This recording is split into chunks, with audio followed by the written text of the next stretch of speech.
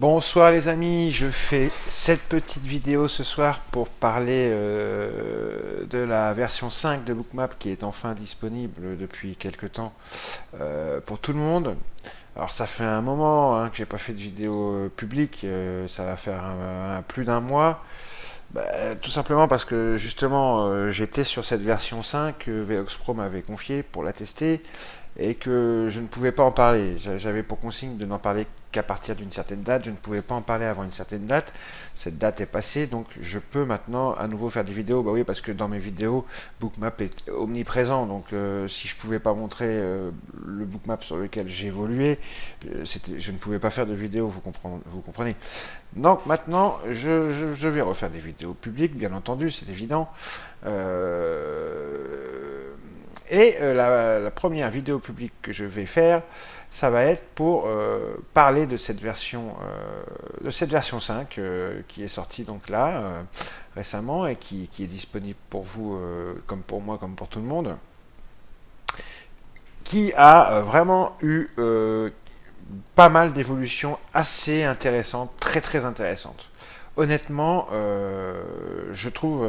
alors déjà au niveau esthétique, même si franchement, l'esthétique, on s'en moque un petit peu. C'est quand même important d'avoir une plateforme esthétiquement intéressante parce que c'est plus agréable pour l'œil, on va dire. C'est vrai que l'ancienne plateforme était un petit peu black and white, c'était un petit peu parfois usant à l'œil et pas très ragoûtant, hein, si vous voyez ce que je veux dire. Là, c'est devenu beaucoup plus sympathique à l'œil. C'est aussi important. Quand on trade, c'est important d'avoir quelque chose d'agréable aux yeux. C'est mieux que d'avoir une grosse daube, en tous les cas. Hein. Moi, personnellement, je préfère.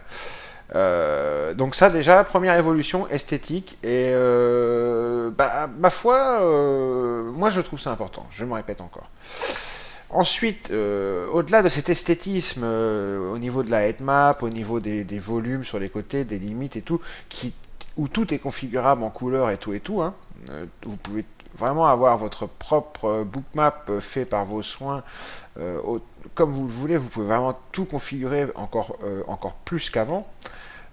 Au-delà donc au niveau esthétique, hein, je parle, au-delà de cet esthétisme, il y a eu des évolutions techniques très importantes et même, je trouve, très intelligentes. Bon, l'une des évolutions les plus intéressantes, je trouve, c'est que maintenant, vous avez cette navigation comme sur un navigateur internet, cette navigation par onglet pour passer d'un instrument à un autre. Et vous pouvez avoir autant d'instruments que vous voulez, d'accord, dans le même bookmap, et autant de places d'échange différentes. Et ça, c'est très intéressant. Vous voyez, là, je suis sur le crude. Si je veux passer sur le 6E, je clique sur 6E. Si je veux passer sur les taux, à 30 ans, je clique sur les taux à 30 ans. Si je veux passer sur les taux à 10 ans, je passe sur les taux à 10 ans. Si je veux passer sur le SP, je passe sur le SP. Vous voyez, si je veux passer sur le Nasdaq, je passe sur le Nasdaq. Ça, c'est franchement une des évolutions les plus intéressantes, je trouve, que Bookmap a pu faire. Cette navigation par onglet, elle a en plus cet avantage que vous pouvez cliquez sur cet onglet, cliquez gauche sur l'onglet, le faire glisser comme ceci, et relâchez votre souris, ce qui fait que l'instrument que vous avez sélectionné maintenant est dans une fenêtre totalement indépendante, que vous pouvez faire glisser sur vos autres écrans, comme ça, sur un écran à côté. Si vous voulez avoir le crude à côté du SP, ben voilà, maintenant, il y a juste comme ça à faire. Vous prenez votre instrument. Maintenant, je veux mettre le 6E par là, à gauche. Hop, je relâche ma souris et j'ai mon 6E que je vais faire glisser sur mon écran à gauche. C'est absolument génial.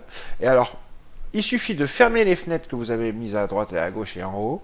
Hop, pour qu'elles reviennent se mettre. Vous avez vu, j'ai fermé le crude, il est revenu se mettre là. Je vais fermer le 6E, hop, et il vient se remettre là automatiquement, sans que ça ne change rien dans l'historique du data que vous avez reçu. Et ça, je trouve ça une évolution absolument géniale. Franchement, ça me plaît beaucoup, cette navigation par onglet, et ces onglets tout à fait que l'on peut trimballer sur tous ces écrans, comme ça, c'est très très très pratique. Alors, ce n'est pas évidemment la seule évolution, il y a eu beaucoup d'autres évolutions techniques, notamment au niveau du réglage du contraste. On peut maintenant régler beaucoup plus finement son contraste, chose qui n'est pas faite là sur cette vidéo, hein. J'ai pas pris le temps de régler le contraste comme il faut, mais maintenant vous pouvez faire énormément, vous pouvez vraiment vous prendre la tête pendant des heures à trouver le meilleur contraste pour chaque actif et pour chaque heure de la journée. C'est très très bien foutu et très user-friendly, très facile à comprendre. Les volume dots et les volume bars là en dessous sont pareils, sont devenus beaucoup plus customisables qu'avant. Il y a des algorithmes qui leur sont dédiés que Bookmap, que Velox Pro a créé. Les volume dots sont vraiment devenus beaucoup plus intelligents encore qu'avant, avec beaucoup de manières différentes de les régler. C'est pareil, ça vous regarderez, mais vous pouvez maintenant faire en sorte que vos volume dots, c'est-à-dire le tape, hein, en fait, dans Bookmap, soit représenté de la manière dont vous le désirez vraiment. Et les volume bars, c'est pareil. Et vous pouvez appliquer les réglages que vous avez mis sur les volume bars aux dots et vice-versa, ou pas. Hein, ça, c'est vous voyez. C'est génial. L'iceberg detector est devenu beaucoup plus fin aussi. Alors, l'iceberg detector, j'entends toujours beaucoup de gens dire l'iceberg detector sur Bookmap, il est bizarre, il fonctionne pas bien. Les icebergs que l'on peut voir à l'œil nu, nous, on sait les détecter, il n'y a pas besoin de l'iceberg detector. L'iceberg detector dans Bookmap, il est là pour vous détecter les icebergs que vous ne pouvez pas détecter avec votre œil. Parce que c'est trop rapide, c'est le HFT, on vit dans un monde de HFT. Donc, l'iceberg detector, vous remarquerez souvent qu'il va vous détecter des petits icebergs. En fait, ce ne sont pas forcément des icebergs, c'est de l'exécution algorithmique que l'œil n'a pas eu le temps de constater. Donc, l'iceberg detector, lui, par contre, il a eu le temps de constater qu'à un certain niveau, il y a eu une activité algorithmique et il vous l'affiche. Et donc là, ils l'ont encore un petit peu amélioré et je trouve que cet iceberg detector est encore plus fin qu'avant. Bookmap dans sa généralité, maintenant, de toute façon dans sa globalité, est encore plus fluide. Elle était déjà très bien, c'était déjà très fluide, mais elle est devenue encore plus fluide qu'avant. C'est fluide, c'est pas saccadé, tous les événements ressortent, on ne rate rien, il n'y a aucun filtre de data, alors que 90% des plateformes filtrent le data qu'on reçoit. Bookmap ne filtre rien. Donc vous allez tout voir, même si certains prétendent que ça ne sert à rien. Moi je préfère tout voir et que mes yeux ne puissent pas tout voir, tant pis. Inconsciemment, je sais que mon cerveau, il voit les choses. Et puis même, je préfère avoir tous les événements qui apparaissent sur ma map, plutôt que pas. Voilà, c'est un choix. Alors, le bouquin balance et le volume à balance... ils sont toujours en haut à droite, mais ils sont beaucoup plus visibles. De toute façon, ils vont bientôt disparaître de en haut à droite et ils vont devenir beaucoup plus visibles et ils seront en bas à gauche. Vous voyez, comme ça, là, d'accord? Et il y aura aussi un panel, comme un panel d'indicateurs en dessous que l'on pourra mettre en dessous sa map. Il y aura un indicateur HFT qui détectera un algorithme de Velox Pro qui détectera une activité quand une activité algorithmique suspecte a lieu. Et ça sera plutôt pas mal aussi. Et vous pourrez même, si certains sont des fans de code, coder vos propres indicateurs pour Bookmap, si vous en avez, et les mettre dans ce panel qu'il y aura en dessous. Ça, c'est pas mal aussi. C'est parce que moi, je kiffe le plus, mais certains le kifferont, ce truc, je suis sûr. Il y a beaucoup plus de réglages au niveau des couleurs, il y a beaucoup plus de réglages au niveau de la thread status panel. Vous pouvez faire bouger les onglets, les mettre où vous voulez. Si vous voulez pas la faire apparaître parce qu'il y a la compte balance, et ben vous la faites pas apparaître. Au niveau de la fenêtre de trading, c'est pareil, il y a eu des évolutions. On peut rentrer maintenant directement au marché. d'accord, vendre et acheter au marché. Vous pouvez rentrer directement à l'ASK ou au bid. Ça, pour ceux qui connaissent bien le carnet, vous savez que ça peut être intéressant parce que ça permet parfois de rentrer plus rapidement directement sur le current ASK ou directement sur le current bid et de tenter de ne pas payer le spread tout en usant d'un ordre plus rapide qu'un ordre limite. C'est plutôt pas mal. Bon, sinon, il y a toujours les mêmes informations. Il y a toujours cette possibilité d'avoir des OCO si votre broker le permet. Toujours cette possibilité des ordres brackets et d'un trailing stop, tout ça c'est toujours pareil. La grosse évolution aussi, c'est le replay qui est devenu beaucoup plus pratique parce que quand on loadait un fichier et qu'on l'avait et qu'un événement auquel on voulait vraiment prêter attention en particulier était passé, et ben il fallait tout reloader pour revenir à cet événement. Maintenant, on peut aller en arrière et en avant, on peut faire un aller en arrière, un aller en avant, donc c'est beaucoup plus pratique qu'avant. Vous voyez, là je vais en arrière, si je veux retourner en avant, hop, et je peux le faire de manière beaucoup plus fine. J'ai pas encore bien l'habitude de l'user. Voilà, regardez, je vais faire, voilà, de manière beaucoup plus fine, comme ça. Je l'avance pour aller, si je veux retourner à un événement vraiment en particulier, ou si je veux aller comme un bourrin, aller à la fin de la session, hop, d'accord. Si je veux comme un bourrin retourner au début de la session, hop. Et ça, c'est plutôt pas mal.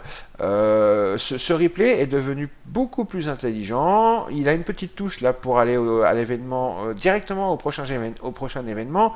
Alors ça peut être un gros volume ou un tick de plus ou un tick de moins l'événement, hein, peu importe.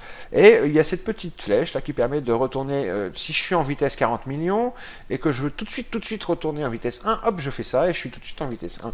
Non, ce replay, honnêtement, il est devenu absolument génial. Et je voulais vous montrer, là j'ai loadé une journée qui est la journée du 20 mai, donc avec l'ancienne version, une très ancienne version de Bookmap.